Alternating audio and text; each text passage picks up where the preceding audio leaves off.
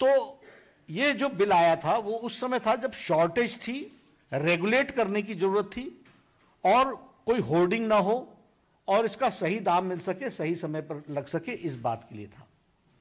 अब इसको डीरेगुलेट करते हुए इसमें कोशिश ये रही है कि एक्स्ट्रा ऑर्डिनरी सर्कमस्टांसेस में, अब एक्स्ट्रा ऑर्डिनरी सर्कमस्टांसेस क्या है?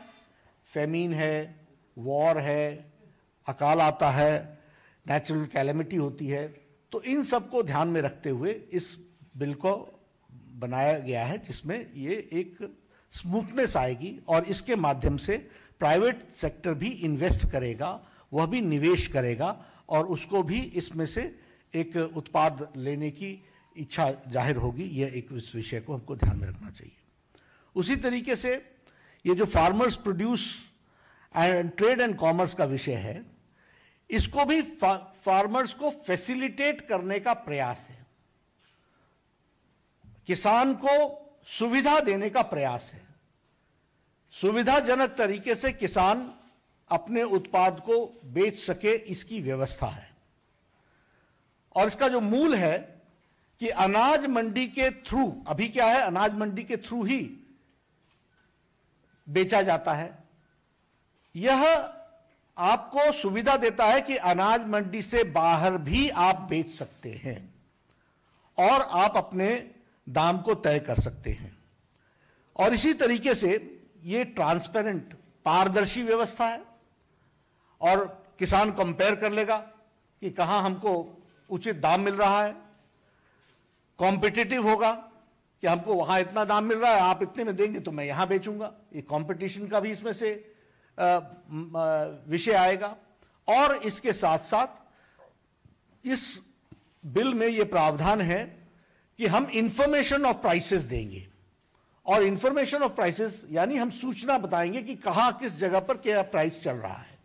और इंटेलिजेंस, मार्केट की इंटेलिजेंस यानी आगे चल करके क्या होगा, क्या दाम होगा, क्या दाम होने की संभावनाएं हैं, इसके बारे में भी फ्रेमवर्क डेवलप किया जाएगा जो डिसेमिनेट करके यानी वो लोगों तक पहुंचाने की उसकी व्यवस्था होगी। उसी तरीके से ये जो farmers empowerment protection agreement act है, यह भी हम लोग जानते हैं कि कॉन्ट्रैक्ट फार्मिंग में आपको मालूम है कि किस तरीके से कॉन्ट्रैक्ट फार्मिंग होती थी और उसमें हमेशा ये खतरा बना रहता है कि जमीन का मालिक बन जाएगा जो स्पॉन्सरर है, जो कि वहां पर कॉन्ट्रैक्ट फार्मिंग के लिए आया है। अब कॉन्ट्रैक्ट फार्मिंग आवश्यक इसलिए भी है कि सब लोग खेती अपने आप नहीं करते हैं, वो किसी से करवाते हैं। तो इसमें मॉडल एग्रीमेंट्स बनाए गए हैं कि मॉडल एग्रीमेंट के माध्यम से रिटन एग्रीमेंट होगा और लिमिटेड पीरियड के लिए लिमिटेड ये एग्रीमेंट होगा। एग्रीमेंट जो होगा वह उत्पाद के, जो उत्पाद होगा उस पर होगा और यह एग्रीमेंट भी रीजनल भाषा में होगा ताकि किसान पढ़ सके, समझ सके, जान सके। कोई भी मॉडिफिकेशन उस जमीन पर अगर इन्वेस्ट करने वाला करता है तो भी उसका मलकियत, उसका अधिकार किसान का होगा। और इसके साथ साथ ये सेम डे उसको पेमेंट हो जाएगी जिस दिन क्वालिटी अपना एक्सेप्टेंस होती है। जो उत्पाद की क्वालिटी, जिस क्वालिटी में वो उसके सामने जाता है उस पर उसकी पेमेंट हो जाएगी। ये हमको ध्यान में रखना चाहिए। और इसके साथ साथ एश्योर्ड प्राइस, बोनस और वेरिएबल्स, ये तीनों कॉन्ट्रैक्ट के हिस्से होंगे। तो ये किसान को इस बात का डर नहीं होगा कि बाढ़ आ गई तो मेरे खेत का क्या होगा, मेरे किसान का क्या होगा, मौसम खराब हो गया तो मेरा क्या होगा। तो ये तीनों ही बिल्स जो हैं वह किसान के पक्ष में और किसान को की सेवा करने वाला और किसान के मार्केट में और दाम मिलने में जितने भी रुकावटें थी, बॉटलनेक्स थे, उन सारों को दूर करने का प्रयास किया गया है। और मैं इसके साथ साथ ये बताना चाहता हूं, आज कांग्रेस पार्टी इन बिलों का विरोध कर रही है। इसका दोहरा चेहरा है। यह हमेशा हर चीज में इनका काम राजनीति करना है कांग्रेस को सिवाय राजनीति के और कुछ नहीं आता।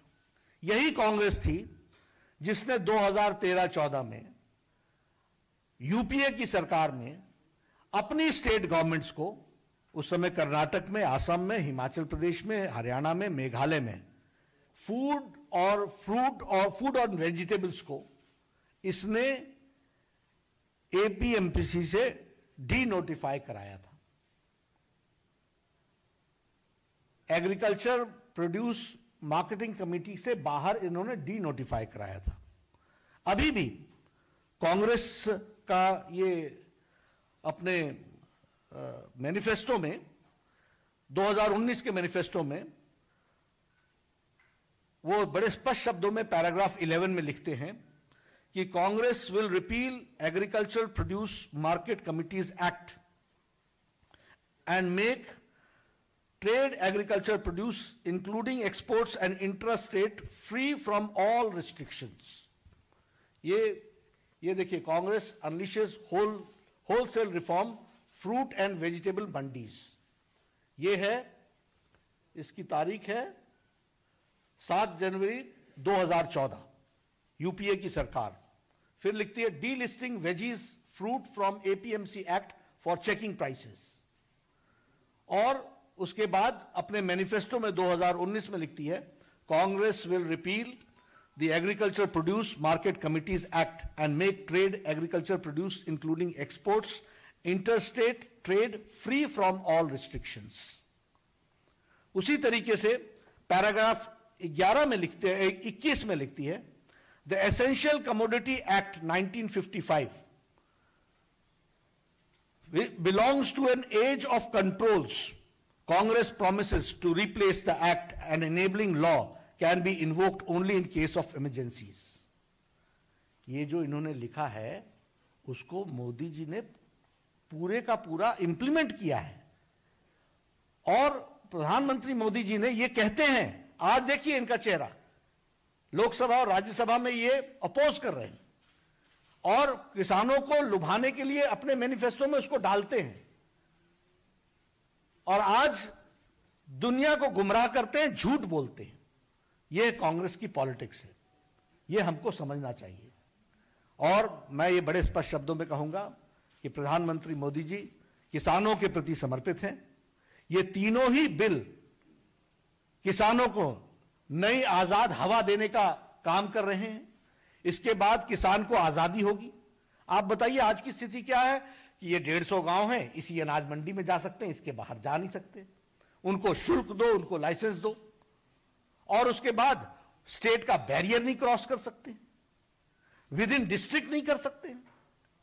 ये किसानों के साथ इस तरह का व्यवहार क्यों? फिर उसी तरीके से कॉन्ट्रैक्ट फार्मिंग का कोई नमूना नहीं है। हमारे पास कॉन्ट्रैक्ट फार्मिंग का मॉडल अब आएगा, रिटन समझौता होगा, समझौता उत्पाद पर होगा, जमीन पर नहीं। तो ये सारी बातें मैं कहूंगा, ऑल दीज 3 बिल्स, ये तीनों बिल बहुत ही क्रांतिकारी बिल हैं, किसानों की जमीनी स्तर पर परिवर्तन लाने वाले हैं और किसानों की तस्वीर बदलेगी।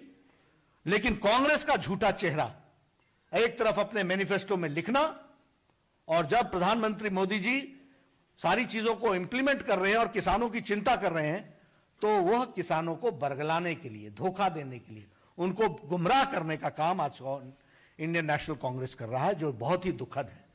लेकिन मोदी जी के नेतृत्व में किसान आगे आएंगे और पार्लियामेंट इसको पास करेगी, उसका इसको लाभ मिलने वाला है। इस लाभ को किसानों के लिए हम समर्पित भी करते हैं और मैं यही आपको बताने आया हूं आपके माध्यम से, देश के किसानों को जो प्रगतिशील एक्ट के माध्यम से जो परिवर्तन लाने का काम प्रधानमंत्री मोदी जी ने किया है, वह आपकी तस्वीर बदलेगा, तकदीर बदलेगा और देश के किसानों के हालात में मूलभूत परिवर्तन होगा और उसका उत्पाद का उसको उचित ही नहीं, अच्छा दाम भी मिलेगा। इस बात को हमको समझना चाहिए। मैं यही बात आपसे करने आया हूं। बहुत बहुत धन्यवाद माननीय Nadda ji. There are 2 points actually. We'll have only questions related to the issue. इसी विषय को लेकर questions लेंगे और किसी भी unrelated विषय पे question नहीं लेंगे। बहुत धन्यवाद आदरणीय देवेंद्र जी। सर, न्यूनतम समर्थन मूल्य यानी कि एमएसपी को लेकर बहुत सारा भ्रम फैलाया जा रहा है। इसकी देखिए, एमएसपी रहेगा, एमएसपी था, एमएसपी है और एमएसपी रहेगा। हम सबको मालूम होना चाहिए कि एमएसपी एपीएमसी के अंदर अनाज मंडी में प्रोक्योरमेंट सेंटर जहां गवर्नमेंट खड़ा करती है वहां एमएसपी मिलता है, तो वो एमएसपी मिलेगा। लेकिन जो अनाज मंडी में जाना नहीं चाहता, फ्री ट्रेड करना चाहता है और वह किसी को कहीं भी अपना सामान बेचना चाहता है, वहां उसको और एमएसपी में वो तभी जाएगा जब उस एमएसपी से बाहर वो तभी जाएगा जब उसको यह ध्यान में आएगा कि एमएसपी से ज्यादा हमको दाम मिल रहा है, और था, है और रहेगा अनाज मंडी के अंदर। रविंदर जी,